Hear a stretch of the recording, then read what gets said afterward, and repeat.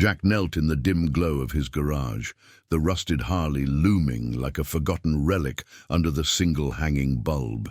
His calloused jaws pried at the fuel tank cap, frozen shut by decades of neglect.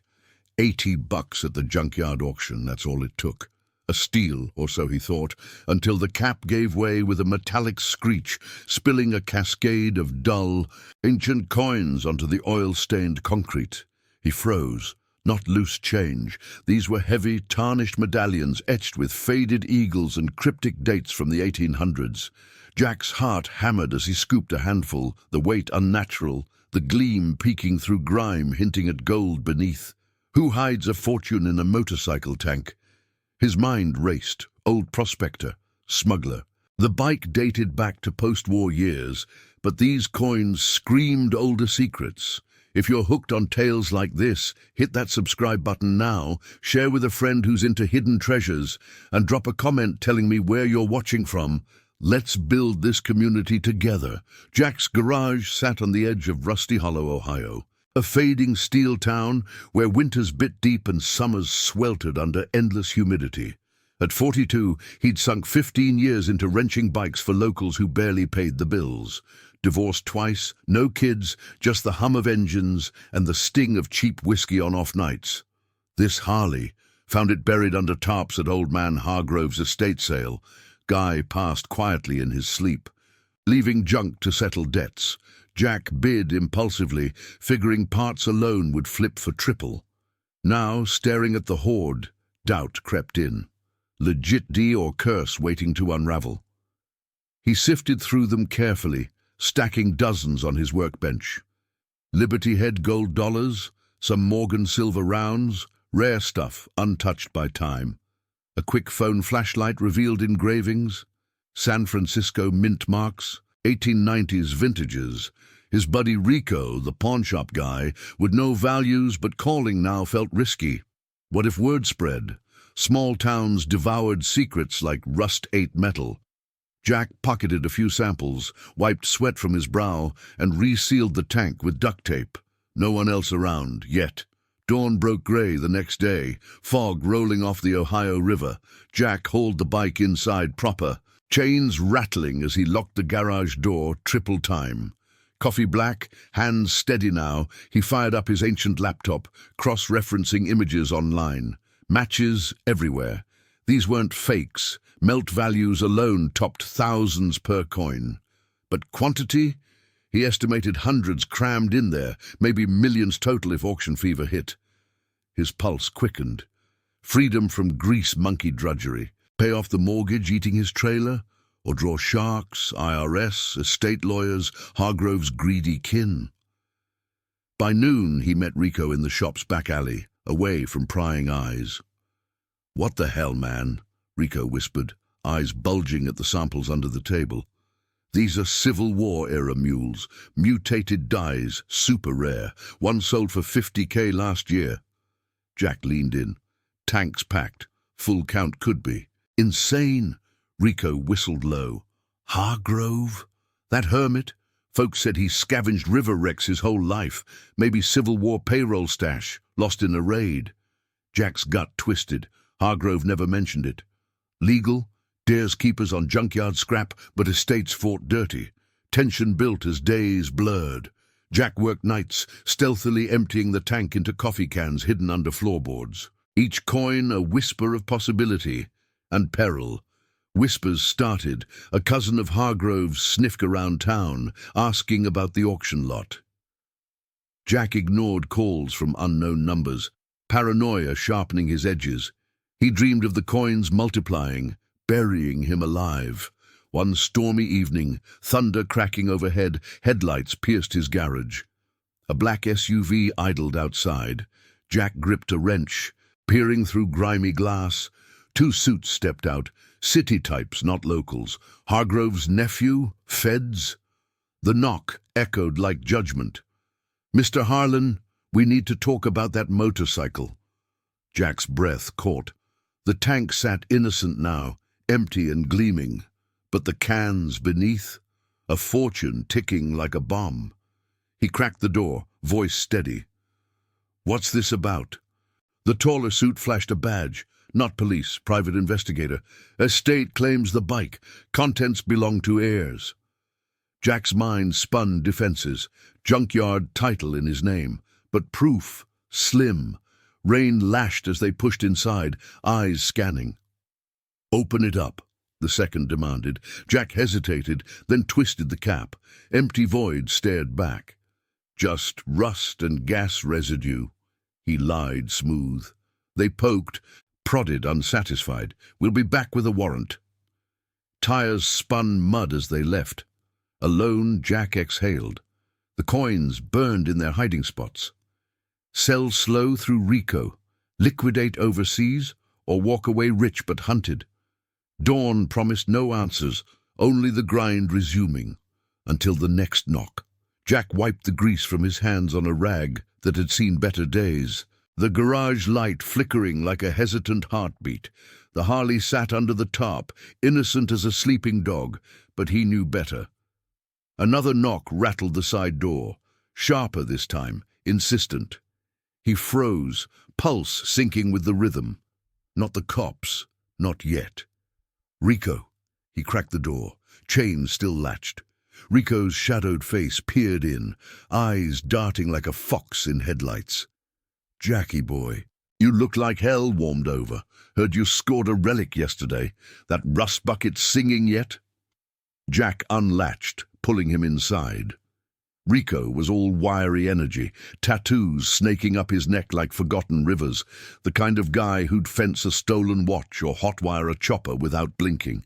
They'd run parts together for years, nothing major, just enough to grease the wheels. "Not singing, Rico." Silent as a grave. Jack's voice stayed flat, testing. Rico chuckled, low and gravelly, circling the tarp. $80? You're either cursed or blessed, man. Let me peek." His hand twitched toward the cover.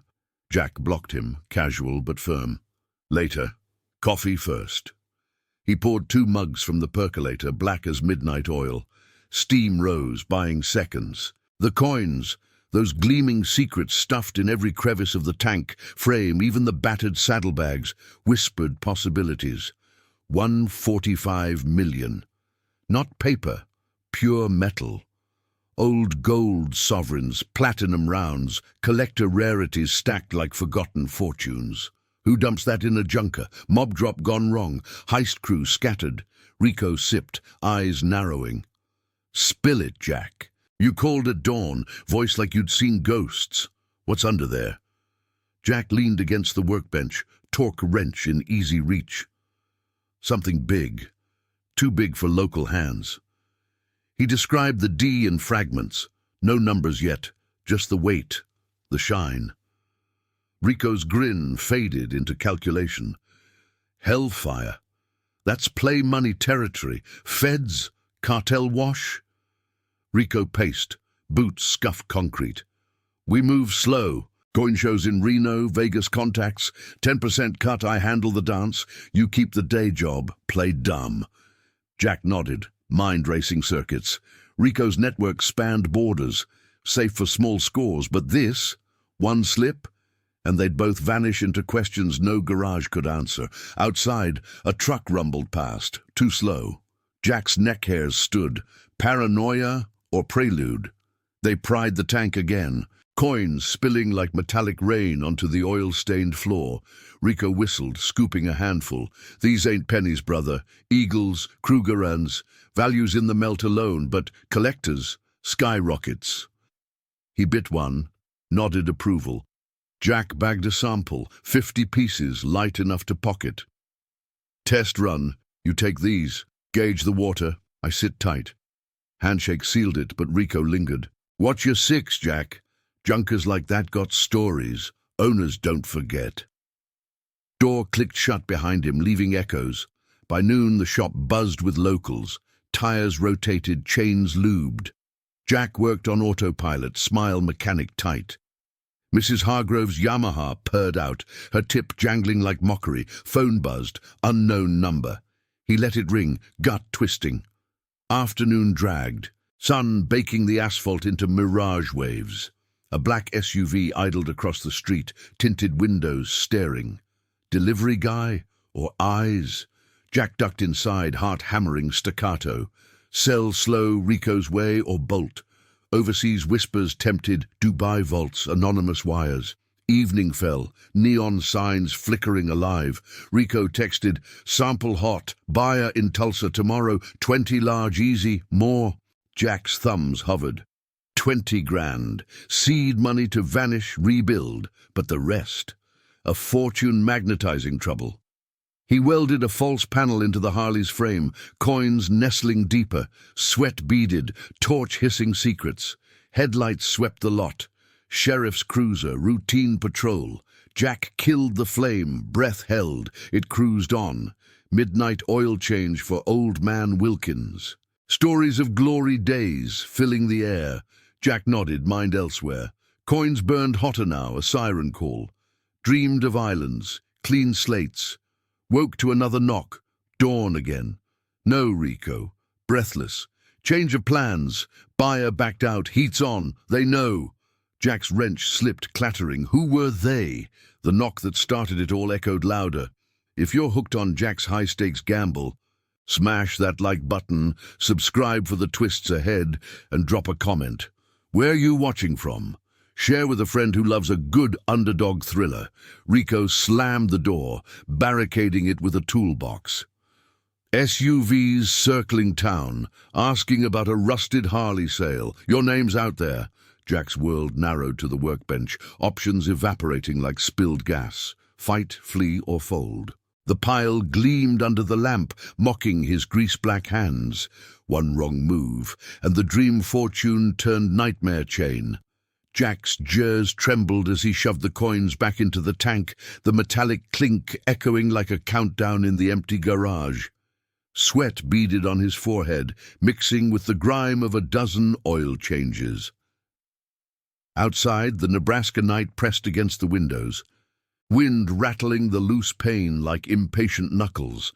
He zipped the tank shut, hefted the Harley onto its stand, and wheeled it into the shadows of the back corner. Hide it. Buy time. His mind raced through scenarios. Pawn shops sniffed for quick cash. Banks with too many questions, or worse, word leaking to the wrong ears in this dust-choked town.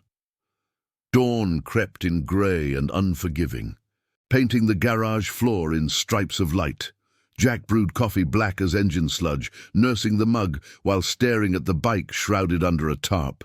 His phone buzzed. First call from Eddie, the scrapyard hustler who'd sold him the wreck.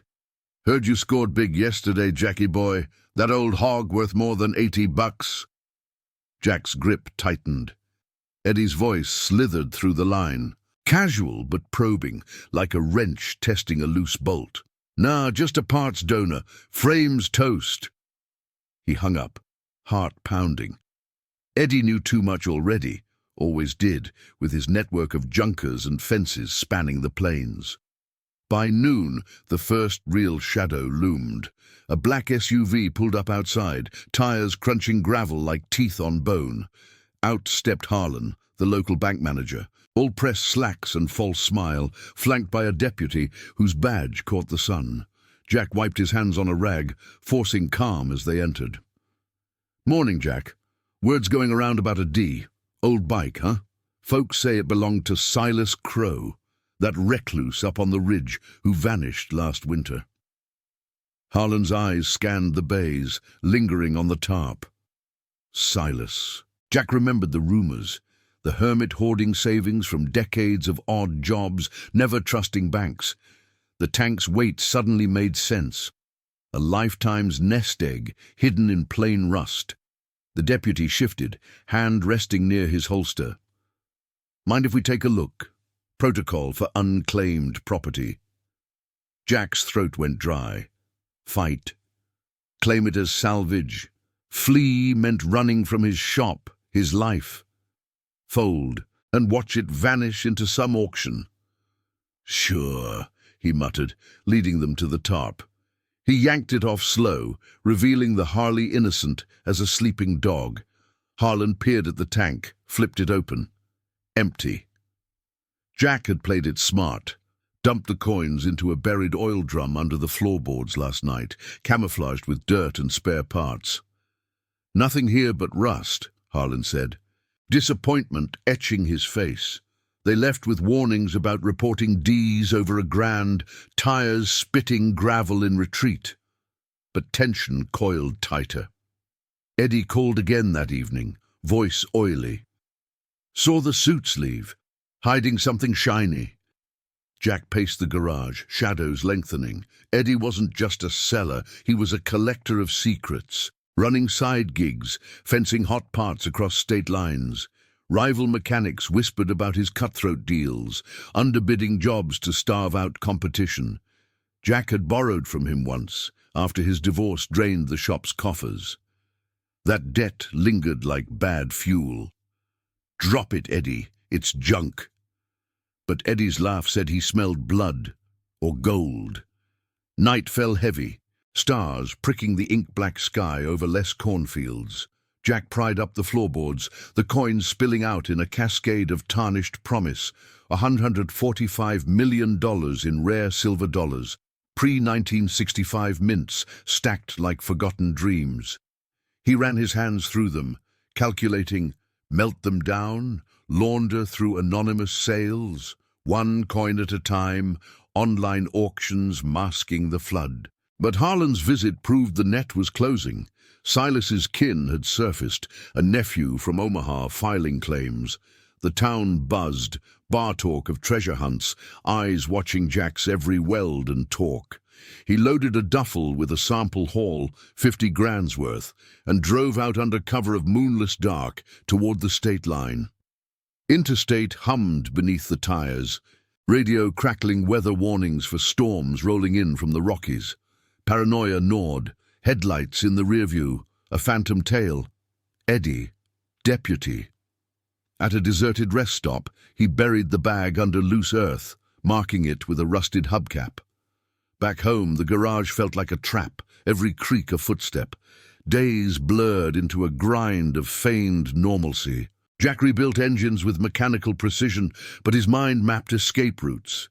Eddie cornered him at the diner, sliding into the booth uninvited. "Cut the act. Silas's bike, the tank. I want in, or I talk." His eyes gleamed, antagonist born of greed, sharpened by years of scraping by. Jack leaned forward, voice low. "You sold it fair. Walk away richer for it." Eddie's grin twisted. "Partners, or the law gets details. Your call." If you're hooked on this edge-of-your-seat tale, smash that subscribe button, share with a friend who's into hidden fortunes, and drop a comment. Where are you watching from? Let's build this community. Jack stared him down, the air thick with unspoken threats. Options narrowed again. Trust a snake or cut ties permanently. The coins whispered from their hiding spot, a siren's call pulling him deeper into the web. He nodded once, sealing the pact. But as Eddie left, Jack's hand slipped into his pocket, gears closing around a single coin. Plan B brewed in the silence, play along, then vanish with the lion's share. The Harley sat waiting, rusted shell of his upheaval, as thunder rumbled distant, promising a storm to match the one inside. Ian wiped the grime from his hands on a rag that had seen better days, eyes locked on the Harley's tank. The coins inside shifted faintly with each breath of wind, a metallic whisper urging him onward. Play along. That's what his mind chanted. Nod to the experts, let them catalogue a fraction, then slip away under cover of the gathering clouds. $145 million.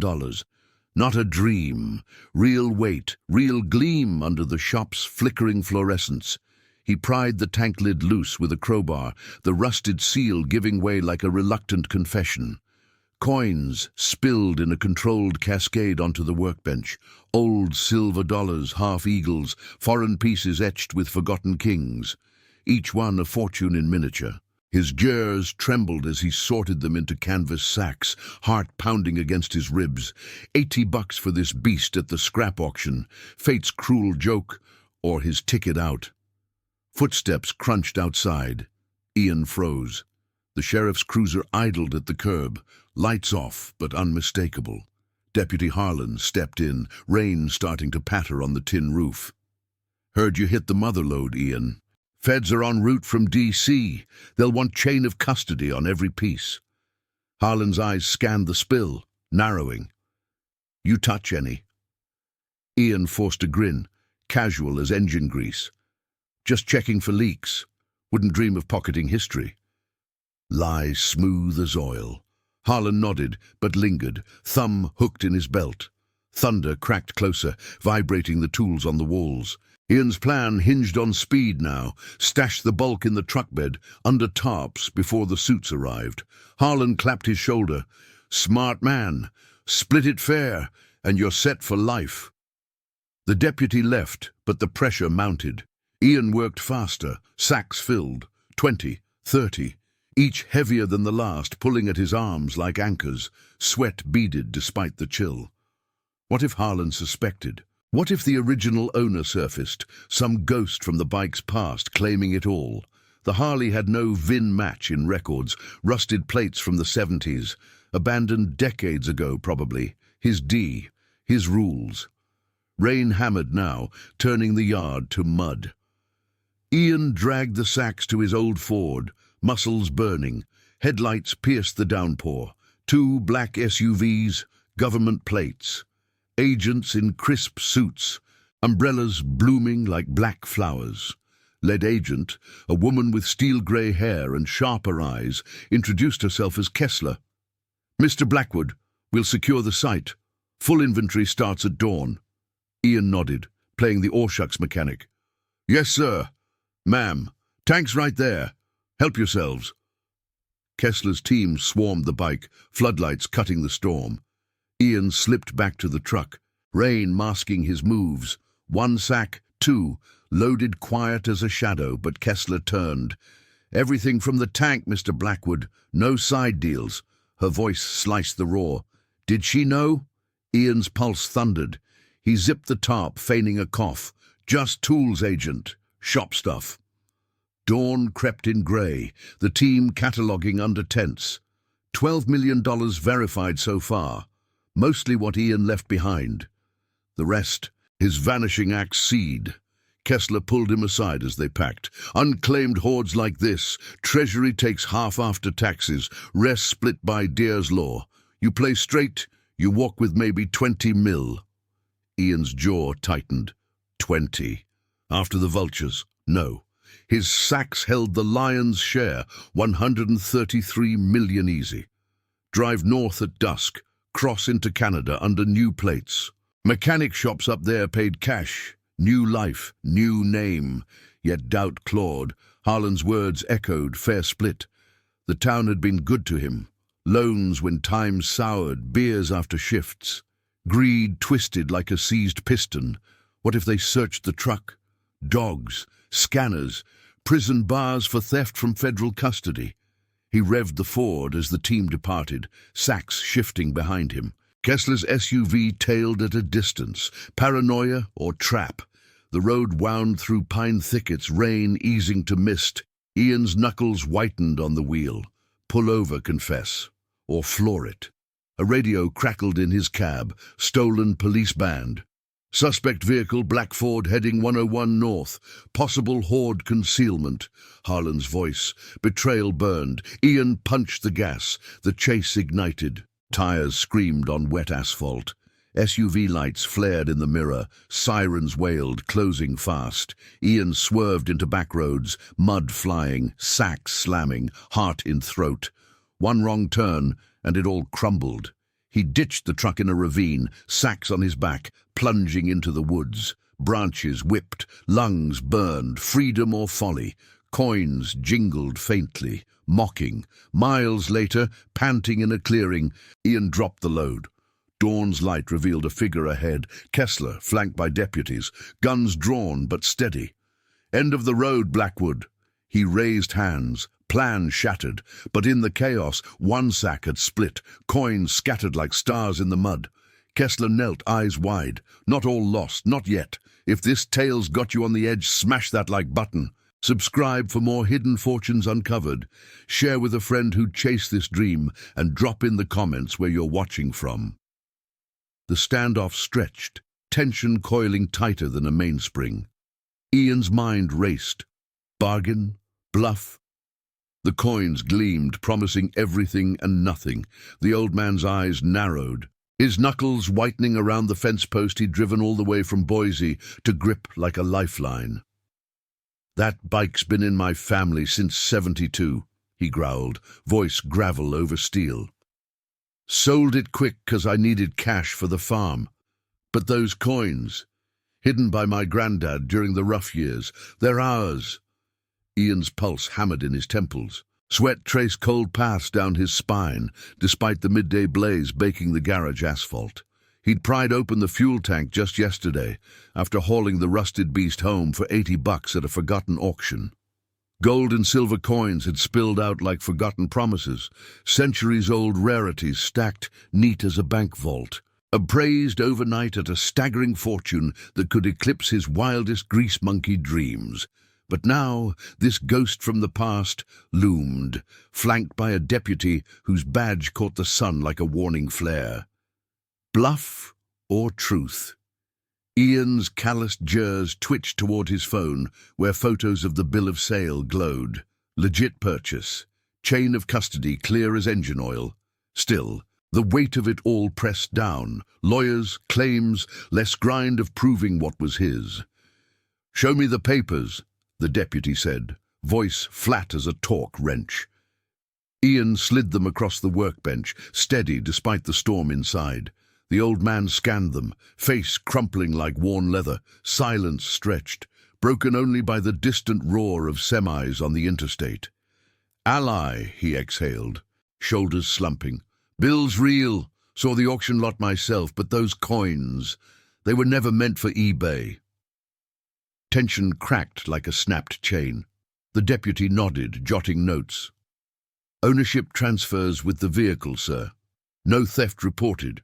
We'll verify provenance, but preliminarily it's yours, Ian." The old man lingered, eyes tracing the Harley's frame, now propped on blocks, tank gaping empty. "Fix her up right. Granddad would have wanted that." He turned, boots crunching gravel as he vanished into his battered truck, tail lights fading into the haze. Days blurred into a whirlwind. Experts swarmed, numismatists with loupes and gloved hands, lawyers dissecting every angle. The coins traced back to Prohibition-era stashes, heirlooms buried in the tank during bank runs. No living claimants beyond the old man, who signed a waiver over coffee, bitter but binding. Then came the real grind, the government slice. Assessments piled up, claims from forgotten estates tested in court. Ian paced his trailer nights, staring at stacks of legal briefs, the dream shrinking under fees and taxes. Friends whispered temptations, offshore whispers, quiet sales, but he shut them down. One slip and it had all vanished like vapor lock. Months later, the gavel fell, clear title. The haul netted him clean after the cuts, not the headline millions, but enough to shatter his old life. 22 mil wired to accounts he'd never imagined owning. He paid off the shop's debts first, handed notice to his boss with a firm handshake. No parades, no yachts, just quiet reinvention. The Harley gleamed now, restored to thunder, chrome-polished, engine purring like a predator. Ian fired it up one crisp dawn, leather jacket creaking as he straddled the seat. The road unspooled ahead, endless black ribbon through pine-shadowed canyons. No more oil stains under nails, no 12-hour shifts chasing rent. He'd buy a small spread upstate, tinker with customs, mentor kids from the wrong side of the tracks on wrenches and grit. Wind whipped his face as he twisted the throttle, coins echo a steady hum beneath. Fortune hadn't softened him, it had forged him sharper. The past clung like rust, but he'd scraped it clean. As the horizon swallowed him, Ian felt the coil unwind, not riches flash, but hard-won freedom. Life's engine revved true at last. If this tale of hidden treasures and tough choices gripped you, Smash that like button, subscribe for more cinematic twists, share with a friend who loves a good underdog ride, and drop in the comments what's the craziest D you've ever stumbled on.